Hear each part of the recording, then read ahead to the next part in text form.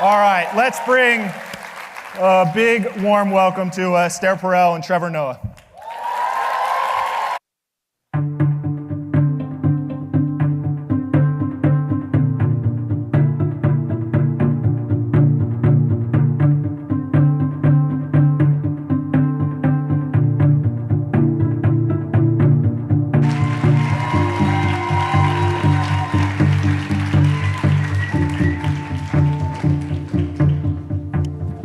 Thank you very much.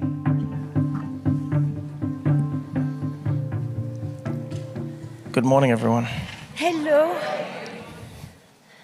Hi, Trevor. Hi, Esther. How are you? We're going to be talking about stage fright later, but I have a lot of stage fright right now. I think they're going to come adjust your microphone in a second. Yep. See, I'm sitting with a pro. You hear how I sound. I do. This is what I do all the time. So I have an intimate relationship with microphones and speakers. Okay, I help people have intimate relationships with people. You should try it out. This episode of Where Should We Begin is very different for me because you are a guest. We are going to be in conversation. And I thought, why talk with a comedian? And I often think that comedians are prophets who speak the unspoken, skewer the prejudices, highlight the hypocrisies, and particularly at this moment in time, to talk about the use of humor, the role of humor, is a conversation that I was very much looking forward to. Why did you accept to talk to me? Because I wanted a free therapy session. And I wanted to do it in front of strangers. That's hot. No, I've always loved learning from you. You know, we always have wonderful conversations whenever we speak. And I always feel that every discipline, whether it's an art or otherwise, can contribute or touches other disciplines in some way, shape, or form. So when I speak to an art historian, to our conversation earlier, I learn something about comedy from it.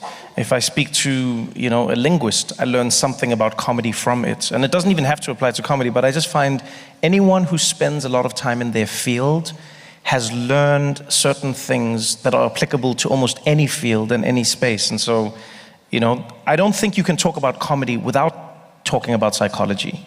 I don't think you can talk about comedy or the relationship comedians have with an audience without thinking like a therapist. And so I thought, what better conversation to have than with somebody who I think is at the top of their field about comedy and then everything that's not comedy and then where do the two overlap? And, I thought, why not?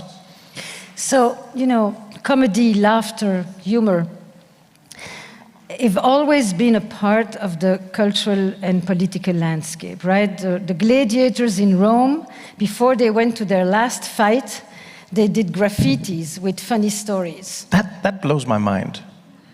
But there is another one. Like, did they do this on the walls? Where were yes, on the walls. So they would etch? They would etch imagery and statements that basically highlighted what I think is one of the things that we don't often think about when we talk about humor, which is that it is our ultimate freedom.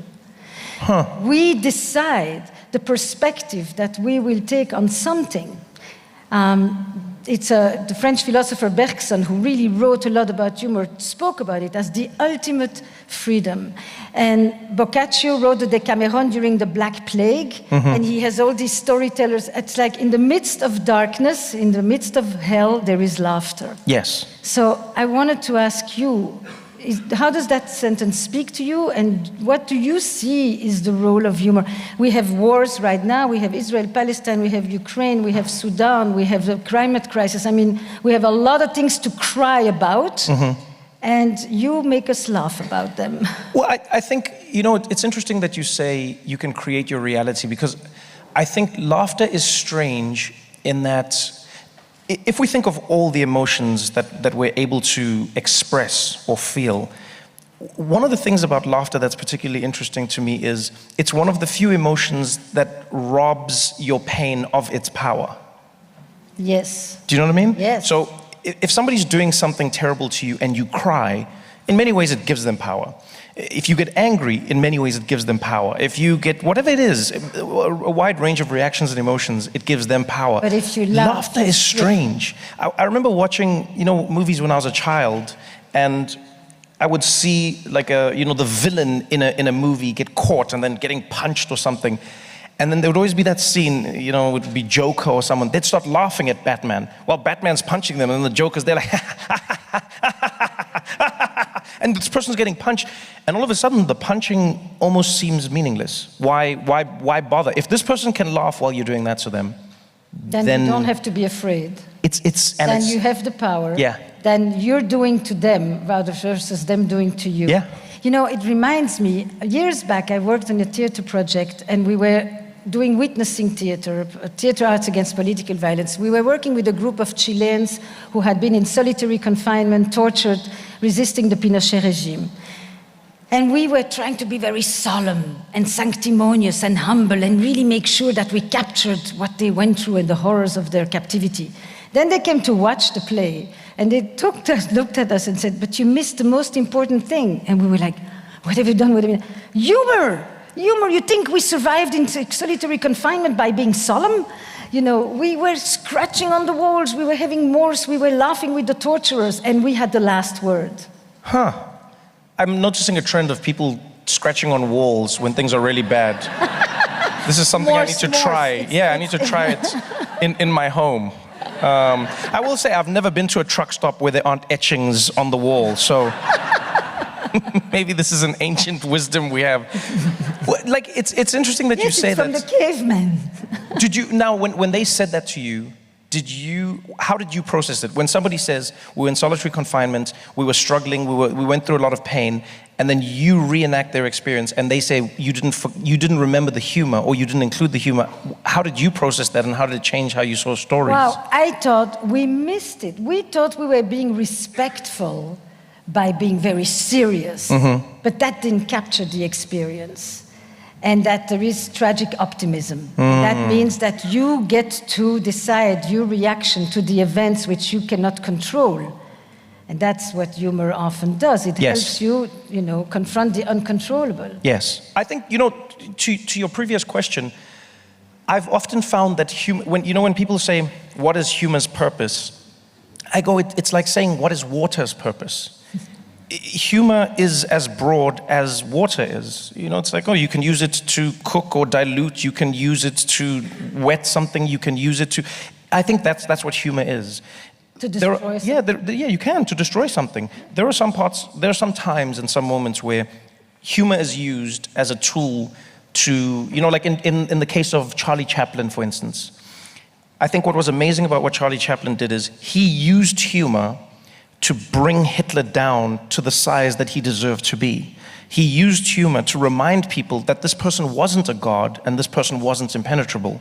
That's what he used humor to do, because what Hitler wanted was for everyone to look at him seriously and go, look at me, this is who I am. And Charlie Chaplin was like, no, let's look at him as how we wish to see him.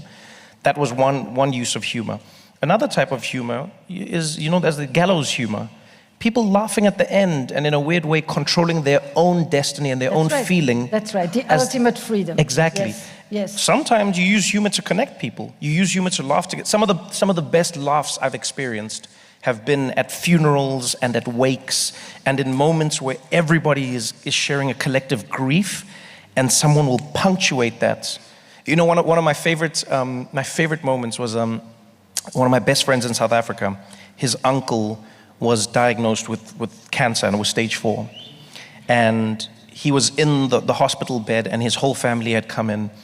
And essentially the doctor said there's nothing they can do, and the guy had a few months to live. And the whole family is gathered there with him. And his brother leaves the room, comes back after 15 minutes with an animated face, and he says, guys, I just spoke to the doctor. He says there's something we can do. He said there's something we can do.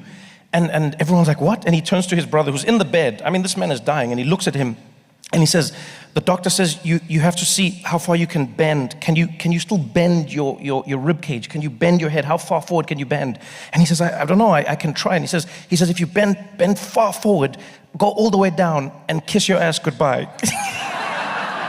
And everyone laughed. Everyone, the man in the bed, the family, everyone. People had been crying the whole time. Until this day, it is one of the biggest laughs that is shared in and amongst the family.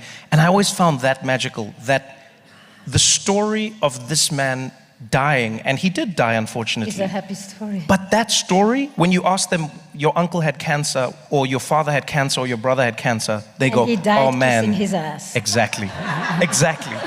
I think that's what makes humor magical, is that it serves many purposes. So I thought of another one, because when you look online, often what you see is all the physiological benefits of laughter. Yes. Right? That it distresses you, it reduces cortisol levels, it increases endorphins, it resets. But I thought, and this is linked to my work as well, that humor is the closest you can get to a person without touching them. How does that sound to you? Wow. As I would say in session, sit with this for a moment. That's profound. I think it's profound because touch, depending on how you hear it, can be positive or negative, and so I agree with you. Because in many ways, humor is a form, a way that you can touch somebody else. I mean, look at the scenario around the dying man. Yeah. You have unity, you have solidarity. Yeah. You are puncturing vanity. You know, can you still bend? Mm-hmm, you know, mm-hmm. It really was a way to getting very, very close to each other. The reason I think you are so right as well is because humor relies on sharing a reality. Yes. Even if it is for a moment in time, even if it is just for a sentence, that's what humor is. One of my favorite things about humor is you can often tell a joke and people will laugh before they can think about the joke, and then sometimes they'll go, no, I don't find that funny. And I go, you've laughed. You've laughed already, it's too late, you can't. They go, look, no, I shouldn't have, I don't think that's funny. It's like, no, you laughed, it's finished, it's gone already. And I find that's what to that point of touching somebody without, getting close to them without touching them that's what humor is you're finding a moment where you connect with someone in a shared moment of truth. And humor, by the way, requires truth. That's maybe why I find it so intimate. It always requires truth. I don't know if you experience that, because you use humor in therapy as well. But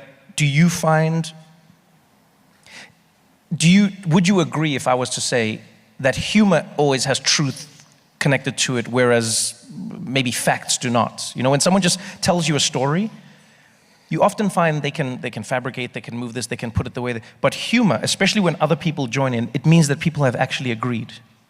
I mean, you can only laugh together at something that you relate to together. Yes. So, and when it's true, it's on top of it more powerful because it is subversive, especially when it's something you shouldn't be laughing at. Yes, yes, yes. Right? So I had actually written it like this. This is an American, we called it American multiple choice. Okay. Comedy exposes hypocrisy, builds bridges, tells the truth like no other, speaks the unmentionable, punctures vanity, challenges falsehoods, and skewers prejudices, creates unity and solidarity. What does your comedy do? I think my comedy does as many of those things as possible, but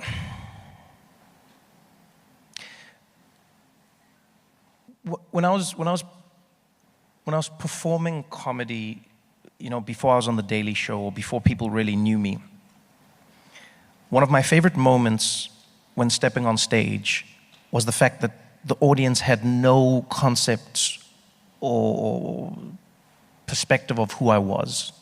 I was a stranger stepping up in front of an audience, about to engage in a really intimate experience with them. And a comedy club is oftentimes 100, 150 people, and that's it.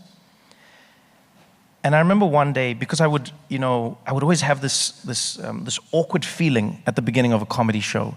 In many ways, you will talk about that with therapy. Where should we begin? Where do we begin? And I remember one day I said to the audience, and it stuck with me for a few shows. I said, comedy is a lot like sex. It's a seduction exercise. It really is, because as the performer, I'm playing the role of one person, where my job in this moment is to satisfy you as the audience. And then, the audience essentially is telling me how well I'm doing or not by how much noise they make. And this becomes... This is a double entente. It really is. And it becomes a real back and forth and a relationship. And there are times when the audience might get uncomfortable. And my job, I think, as a good comedian, is to try and provide the context for them to understand why they should be comfortable with me, but also understand why they aren't comfortable, and be able to move and play in that dance. And that's why I think it's exactly like sex, in that sometimes you think the audience might come to the show going, we want you to do what you do. And then midway through go, I don't know if I'm comfortable with that. Change my mind. I don't know if I'm comfortable with that. Let's go back to missionary jokes. And that's fine. That's fine. And it's interesting, because then sometimes an audience becomes more comfortable, and then you do engage, and it's a constant dance. But when dance. you go back to missionary jokes, do you ever lose interest? I don't. I don't. Because what I've learned over time is all comedy, the entire relationship, just like sex, is all about context. And context is about communicating with somebody else where you are in relation to them, and then hopefully them understanding where they are in relation to you. Right.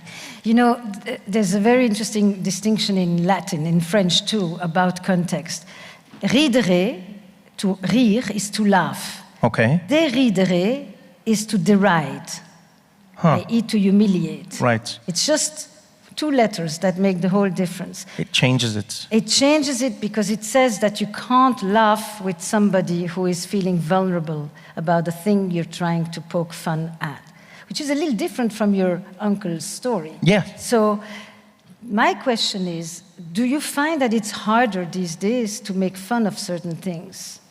Are we more vulnerable today? Are we more prickle? I honestly, I don't think we are. I might be the outlier in this feeling, but I don't think that people have become more sensitive. I don't think that people have become more easily offended. I honestly don't think that. What I do think is that the way we share content or the way we connect with people has lost the context that is necessary for people to feel comfortable when telling or not telling a joke. To use the same analogy of sex, when you have sex with somebody, it is an intimate moment where you get to know them, you both become more and more comfortable with each other, and as the layers of clothes are being removed, you are both consenting to each moment that then leads to another, and then you are engulfed in each other, and then you go where you wish to go to together. But now, what the internet and social media has done is, it has teleported us to sex with people that we weren't even having sex with. So of course you'd be offended. If some random person was teleported into your bedroom and then said, let's have sex, I think you'd be offended. Because there's no backstory, there's no journey. Who are they? How are they? Do you know their story? Everything we do in sex is a terrible, disgusting thing if you don't have the context for the other person. I call it... Right? I call it the plot. Yes, thank you. The plot. It's yes, sex the plot. with the plot. The plot. And so I think comedy itself is that.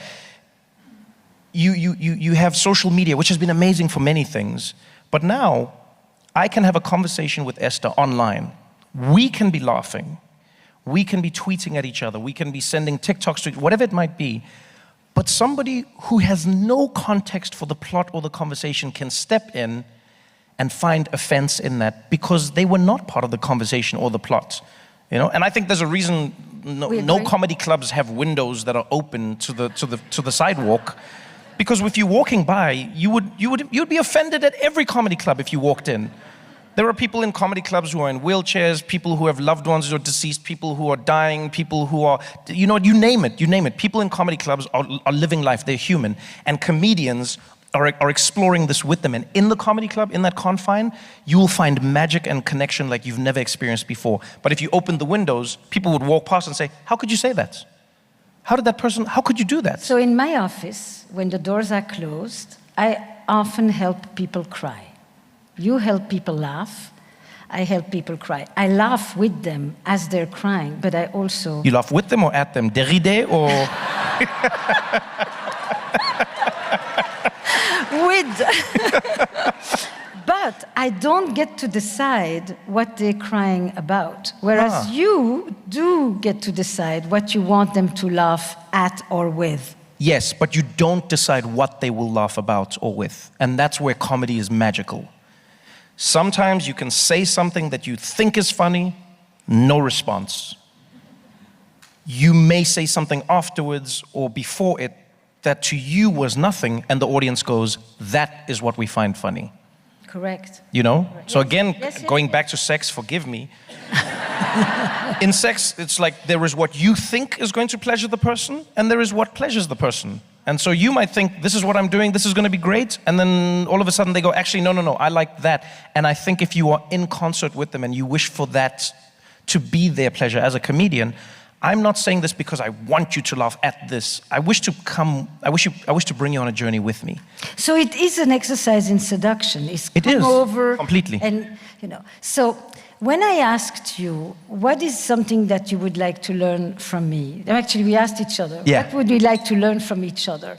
I am about to go on tour, and I have a ton to learn from the pro. And you said that you wanted to learn from me how to be a better listener. Yes. Why? I think there are few tools, two parts. One, there are few tools that are more important in our society than learning how to listen. Not learning how to hear. I think we all hear, but we don't know how to listen. And the reason I wanted to learn it from you and to understand, if you can give us a few tips on how to listen, is because I think a fantastic therapist, especially in couples therapy, has to listen. The partner says, she always does this. And the other partner says, oh, that's because he always wants that. And an amazing therapist goes, what I'm hearing her say is, and what he might be expressing is, but neither party has said that. You've listened to something that was never said. You've listened to something that may not have come out of their mouths. It might have been a body gesture. I'm constantly fascinated by that, for life, for comedy, for everything, because I think it's one of the most priceless tools that we oftentimes forget about in society, is listening, not just hearing. So I thought of two things. So first of all, there is where should we begin, which for me, I always imagined if you listen carefully to the stories of others, the more you listen to them and the more you will see yourself. And I hope that when people listen to where should we begin, they also listen to how I listen. But one thing that you can't know from listening on a podcast, one you do and one you don't. The one that you can't know is that you don't just listen with your ears. You listen with your voice. You listen with your eyes. You listen with your smile. You listen with the hand. You listen as you walk closer to the person, hence in therapy, in person, and not just online. The whole body listens. And the more you listen like that, the quality of your listening is what will shape what the speaker will tell, how much, how open, how deep. Meaning, listening is not just the passive recipient. Listening shapes the speaker. So that's one thing I thought for you in listening. And you do that because you are constantly attuned to how people are listening to you and changing what you're doing in the moment in response to how they listen. And then listening, real listening, is curiosity. It's if you listen with expectations in advance of what you should hear, you're not listening. If you're listening with a confirmation bias to get evidence for that which you've already made up your mind about, you're not really listening. Listening is a certain kind of engagement with the unknown. It's curiosity. It's being completely available to what the other person is telling you. And I think that that also happens in your shows. Yeah, it happens in my shows, but I realize why an ex of mine hated that I would look at my phone when she was speaking. No, I just had a realization now. I'm like, I never thought about that. Genuinely. Because in my head I would go... Are you serious? No, because in my head, I thought you're supposed to have empathy as a therapist, Esther. You should be like, wow, and how does that make you feel? Not, are you serious? No, because in my head... You just realized this now. No, I'll tell you why. Because, you see, funny enough, because of the way you articulated it, I'll tell you why. Yeah. I would always be hearing what she would say. But what you just said was so detailed. The idea of shaping the speaker or the communication by your full listening is something that I don't think I would interpret that on stage, I may fully understand. But when speaking to people, sometimes I think I'll take that for granted. Because I think of it as information sometimes. So I go like, information, download. Okay, thank you, done. So, this, what we call today ambiguous loss. Ambiguous loss? Yes, it's the sensation that you are with somebody who is there but not present.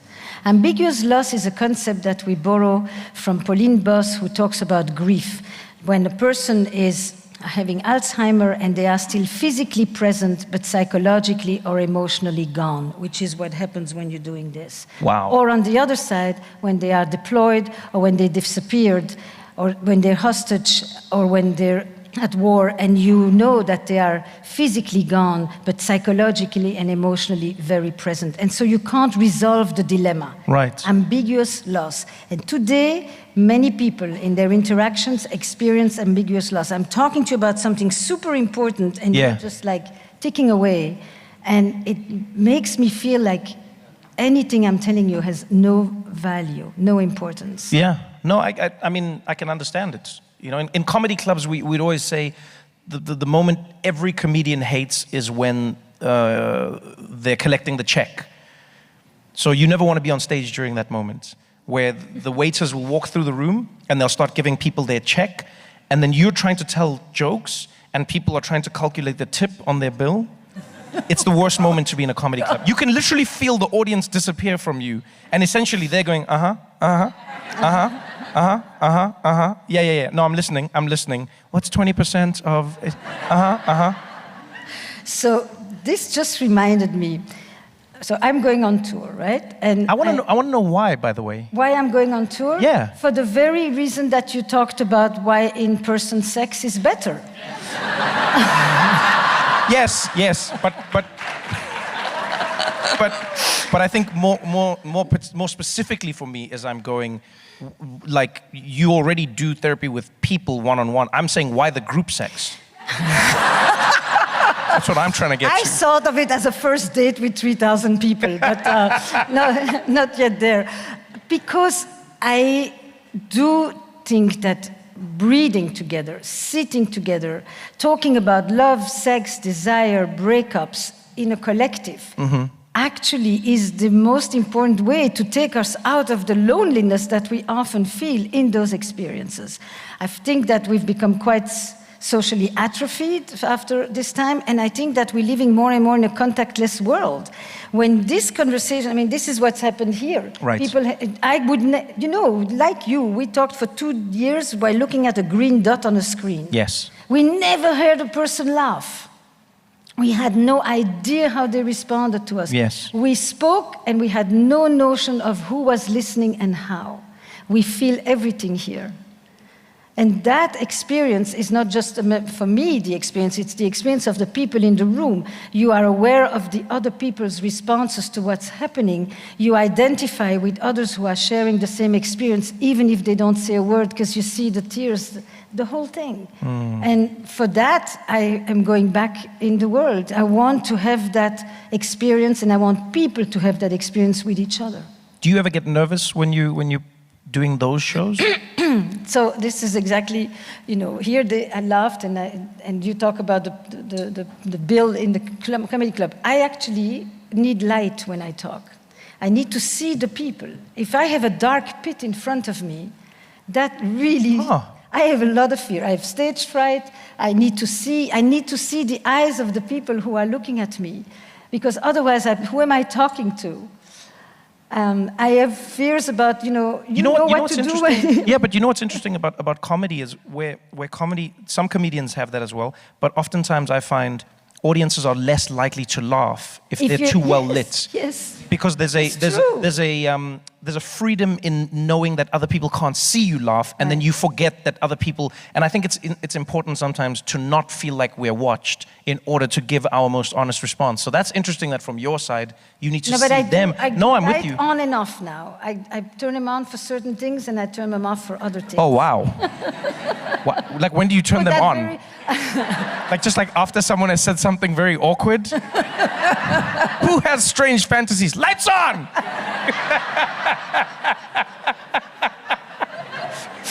You come to the show, you watch.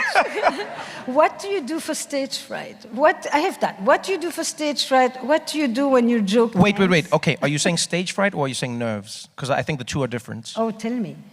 So, in the way I interpret it, stage fright means an inability to perform because you might forget what you want to say. You're a deer in the headlights. That's stage fright to me. Nerves is different. So that's why I'm asking. Nerves is what? Nerves is having a fear. It's the fear of the uncertain. It's the moment a base jumper breathes and you see them, closing their eyes and pumping their chest just before they jump off a high bridge. It's the moment before a soccer player walks out of the tunnel onto a field and you see them look up and they say a little prayer, and that's nerves. I think the two are very different. That's why I'm asking which one you actually have. Is it nerves or is it stage fright? I have both. Wow, I can't imagine you having stage fright. I have stage fright, and I feel like your throat closes. Yes. Huh. And then at moments I think I see blank, like I can't remember a thing. And the minute I talk to someone, like we came on, I had stage fright before, but the moment... Even here? Yes, wow. But the minute I'm in conversation, I get grounded by the presence of the other. It's when I'm talking, the part that is more kind of, that I think, I have a few things I would like to say before that I need, And nerves, I'm fine, because nerves turn into humor for me. Yes. Like for you, probably. Mm-hmm. So, and once people have laughed with me and I feel like they're with me, It's true, the first laugh is always the most important, I find. Yes. But with stage fright, I feel like I'm would love outside of myself, like I'm looking at myself from the outside in sometimes and thinking, I'm going to see blank. But I know people don't see it, but I feel it. No, I understand that. What I'm trying to understand is, so whenever I'm thinking of nerves or stage frights, I try to understand what the underlying feeling actually is. I can't think in those moments. Yes, but I'm saying, I try to get to why, but I'm trying to get to why can't you think. By the way, it is very rational. Sometimes it's overstimulation. There's too many faces, too many eyes, too many things. It could be you're a perfectionist, which I know you are, by the way. It could be you in that moment thinking about all the things that you've prepared up until that point. I often find people who have stage fright are often the people who also over-prepare. I am an over-preparer. Yeah. Yes. Yeah, because when you over-prepare, you have so many things that you've inundated your brain with that when the moment comes, you go, wait, do I remember all of it? And it's almost too much pressure in a strange way. And it's why I remember when I was in school, there's a teacher who taught us, said, hey, the last thing you should do is study the day of the exam. The last thing you should do is talk about the exam before the exam. Everything up until that point. She used to say to us, she'd go, if you don't know it by the day, you don't know it, trust me. She'd be like, just move on with your life. And I think that stuck with me. It's, so for stage fright itself, I find that there's, And maybe that's where small talk comes in, which is another thing I don't think you're great at, is small talk. Neither are you. Neither am I? No. I'm fantastic I'm better than you at small talk. I'll say this, I'm better at you. I can create the veneer of enjoying small talk. You do not have small talk at all. That is true, but you pretend it's small talk, but it's anything but. Yeah, no, but I'm engaging in small talk, but I'm getting something deeper from it. There's a difference. That's you are not even into small talk land at all. Right, you've listened to Where Should We Begin? When was the last time you said to somebody, this weather, huh? So I will tell you where I do my best small talk. Yeah. I've made some of my best friends on airplanes. Oh. Before they put us in these singular cubicles that make sure that you never talk to anyone, I met so many people on the plane, exchanging newspapers. You know, I was reading Le Monde, they were reading Libération, you know, we knew exactly our political affiliations. And I think when you sit up, suspended in the air, like in the movie, you start these incredible conversations. And they can start with small talk like, do you travel this airline frequently? Or where are you flying to? Or is it work or pleasure? Or any of this. And then, it's amazing what people tell me. When I wrote The State of Affairs, it's about infidelity. Yes. Do you know what people told me on airplanes? It's just unbelievable. It's a living confessional. I think there's two reasons. That's why there is no small talk, because people come to me and start telling me very important, secretive, deep things very quickly. No, but I think it's... I respect it. No, but I think it's two things. So one, I'll actually get to that part second, but the first part is the thing about airplanes. Number one, I think there is something that we have learned, and that is if you have a little less oxygen, you're a little more free. No, I'm serious, and that's why people breathe into paper bags before they go on stage, or no, really, it is that sometimes. It's just like letting your body's, stress response go down a little. Do you do any breathing before you walk on stage? Yes. Yeah, so that if you get the right breathing, that might help. But the other thing about planes might be, to your small talk, is you have inherently agreed with somebody that you are going through or doing the same thing. The fact that you are in a plane with somebody means that you have both made the same decision to head to the same place in life, yes, even if it is just for that moment in time. It's context. And so now you can say to somebody, do you often fly this airline? And which is one of the most important things that people are afraid of, you don't seem like a crazy person, you know? If you walk down the street and you say to somebody, do you walk down the street often? You could look like a psychopath.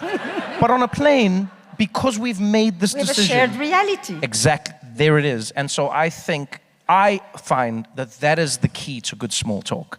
The key to good small talk is to acknowledge the environment that both of you are sharing. That's why weather is the most widely used small talk possible, because it's the one thing that we all have to experience, whether we like it or not.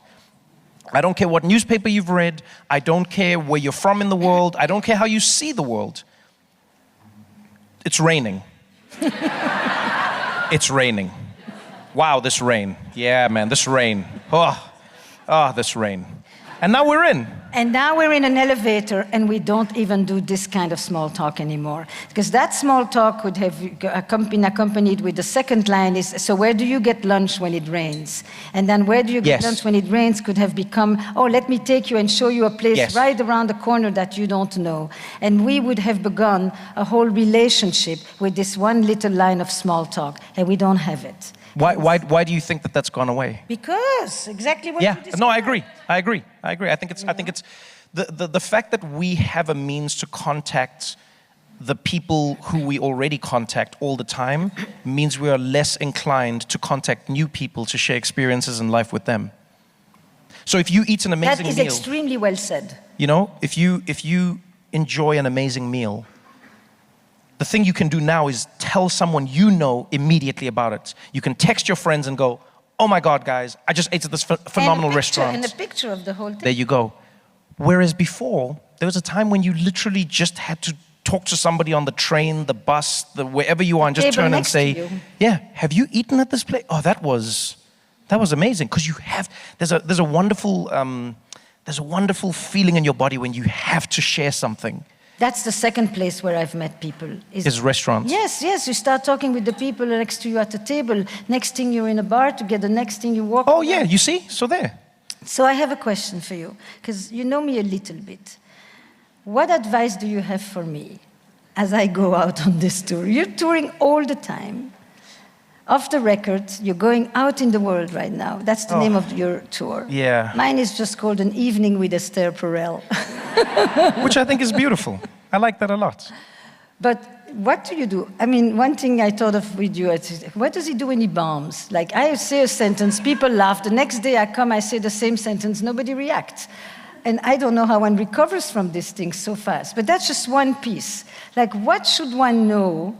I've never done 10 in a row like this. Mm-hmm. So, okay, knowing you, this is what I would say. Yeah. So it's interesting. Every time I go out and do shows, or anything that I do in the world, I try and think about what I'm going to give, and then I try and think about what I would hope to get. And the get always changes. The give varies, but not that much, but the get always changes.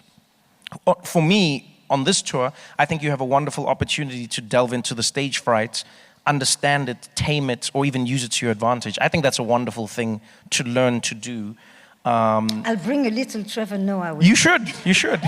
You can do, but you see that's the amazing thing. The second thing I think to remember is, and this is the, it's all about expectation. So you know when you say something as a comedian and it doesn't land, the crowd doesn't laugh, the only reason you can feel bad about it is because you expected them to laugh. And if you do not expect them to laugh, all of a sudden everything changes. It completely changes. Going back to what you said, if you are curious, you don't have a preconceived notion, you don't, instead of going out and saying to an audience, this is funny, you're saying to an audience, do you think this is funny? Right. All of a sudden it changes, because when they go no, you don't take it as a personal affront anymore. Now you're like, why don't you think this is funny? And now you go down that rabbit hole. Would it be funny if I said it this way? Would it be funny if I said it that way? This is really interesting to me. And all of a sudden you find yourself winding down a road that you never would have otherwise, because you had assumed something that was supposed to happen and then didn't, and now you're in your head going, why didn't they laugh? Are they going to laugh at the things that come next? Oh, where am I? What am I doing? What's going on here? Oh, this is terrible. I don't know what's going to... And then it's over for you. So I think that's something that you can let go of. Also, when people are coming to Esther Perel, I think the primary reason they're coming is because they want to grow, they want to learn, they want to explore conversations that they maybe are unable to have by themselves. They want to be in community in these intimate spaces. So the one thing for you that you should always also take with you is no one's expecting you to be funny, so that's a bonus. Do you get what I'm saying? Like if you are of the profession and you do not deliver it, people are disappointed. You know, so if I'm a stripper and I do not turn you on, I have failed. But if I'm a bus driver and I start taking my clothes off and you get turned on, that's a bonus. Mr. Trevor, I'm going to thank you because I want us to actually bring this community that is here with us. So first of all, your tour is called... Off the Record. And the reason I called that, funny enough, that is because, it's funny, you and I often are in the similar zeitgeist, or we're experiencing a similar zeitgeist in time. I call it that because I wish for more of those moments. I wish for more moments where we are off the record. I wish for more moments where we exist from here to here, nowhere else, just in that moment. I think that's how we build communication, that's how we build understanding, that's how we build context. But now, even in politics, we live in a world where one politician will not even engage with another politician because they're afraid that the outside world sees them and then questions their validity within their political sphere. And then that means no talks can ever happen. And I think we need to do more things off the record. Love can be off the record. Your relationship can be off the record. A conversation, a room like this, let's do it off the record sometimes, where it's like there's no phones and you have to just remember everything. And then you have to go and recount it to somebody else. And you have to go and try and share it with them. I genuinely want to get back to that. I want to be in a place and a space and time where I say, this happened there. You had to be there. And if you weren't, you won't fully understand it, and that's fine. Privacy, intimacy. That is also other words for what happens off the record. But your podcast is called Now What? What now? What now? Yes, no, and it's funny. No, it's funny because it goes. It took us a long time to decide that. It is because Why they did are you very pick different. Yes, tell me. So what now is because I wanted to have conversations about the conversations that invade our lives. And I love that thing of, I would always say that to friends. You know, we'd be having a conversation, someone go, oh, did you see what's happening with TikTok? And then I would say, oh, what now? You know, and it's just like everything in life. I always feel that there's a what now. And I think the double entendre of it is, what now? Where do we go from here? Yes. Okay, this has happened. There are many things in the world that are going to happen. But what now? I don't think we spend enough time in society asking the what now. We've gotten really good at reacting, but we haven't gotten good at saying, okay, it has happened.